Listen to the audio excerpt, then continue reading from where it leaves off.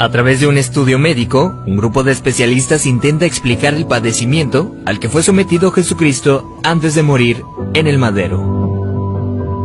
Castigo deshonroso que asignaban los romanos a los peores criminales y que Jesús aceptó como expiación para todos nosotros. Con 33 años de edad, Jesús sufrió el castigo más cruel y abominable, ocasionándole una muerte lenta y extremadamente dolorosa, padeciendo al menos unas 18 horas. De acuerdo con el estudio, cuando Jesús suda sangre en el huerto de Getsemaní, descrito en el libro de Lucas 22:44, experimentó un suceso llamado hematidrosis, que normalmente se produce cuando hay un gran sufrimiento psicológico. En algunos casos, la ansiedad severa provoca la secreción de químicos que rompen los vasos capilares en las glándulas sudoríficas, emanando mezclas entre sudor y sangre.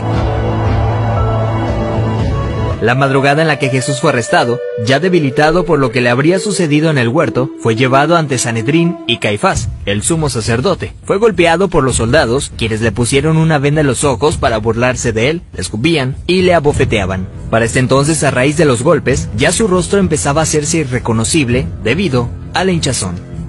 Los azotes que Cristo recibió de los romanos eran a causa de otro término terriblemente brutal. El látigo que utilizaban los soldados estaba compuesto por tiras de cuero trenzado con esferas de metal entretejidas. Cuando éste impactaba contra la carne, provocaba severos moretones y contusiones, mismas que se abrían con los demás golpes. No contentos con esto, el artefacto con el que se flageló a Jesucristo también tenía pedazos de hueso afilado, provocando además cortadas profundas mientras lo golpeaban. De acuerdo con estudios realizados por historiadores forenses, con frecuencia, quienes eran flagelados con este tipo de látigos llegan a tener exposición de la espina dorsal debido al desgarramiento de la espalda, pues los golpes iban desde los hombros, pasando por la espalda y las piernas, hasta llegar a los muslos, produciendo que la carne del individuo cuelgue en forma de tiras.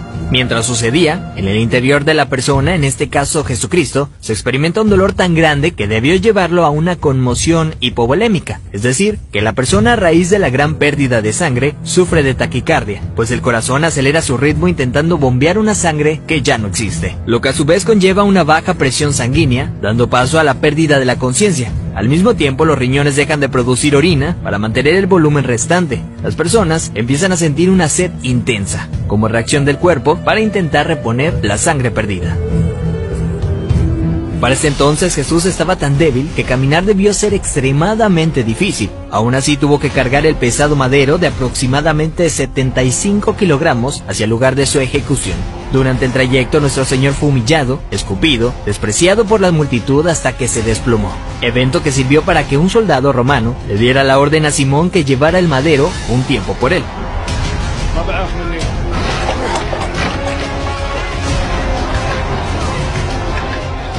Luego de ello, Jesús dice tener sed y le dan un trago de vinagre.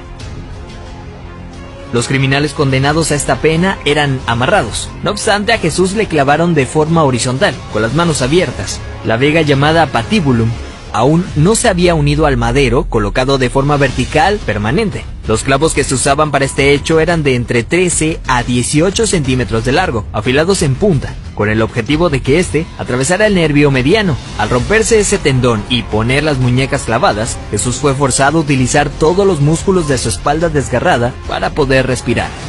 Ya colgado, casi sin poder respirar, al clavarle los pies en el madero, triturando los nervios de los pies, debió haber sufrido dislocación de los hombros, situación que se confirma en el Salmo 22:14, cuando dice: «Dislocados están todos mis huesos». Lo siguiente es una muerte lenta por asfixia. Conforme se iba disminuyendo la frecuencia respiratoria de Jesús, entra en lo que se llama acidosis respiratoria. Dicho en otras palabras, es cuando el dióxido de carbono de la sangre se disuelve con el ácido carbónico, lo cual produce un aumento notable en la acidez de la sangre, lo que lleva a que el pulso sea irregular. De hecho, al sentir su corazón latir de forma errática, hubiera sido un indicador claro para Jesucristo que estaba a punto de morir. Y es entonces cuando probablemente pudo haber pronunciado aquella frase: «Padre, en tus manos encomiendo mi espíritu», para después morir de un paro cardíaco.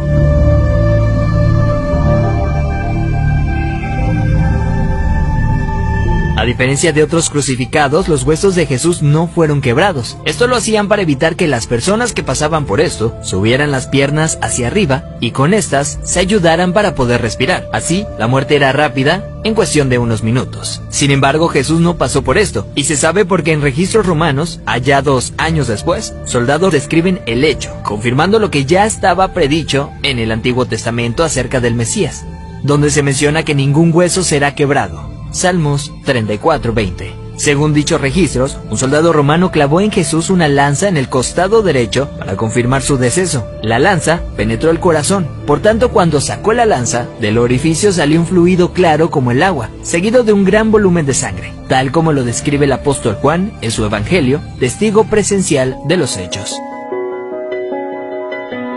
De acuerdo con la medicina, está más que evidenciado el sufrimiento que Jesús fue sometido siendo inocente. Esto es lo que sufrió el Hijo del Hombre para que tú y yo tengamos acceso al Padre y seamos perdonados.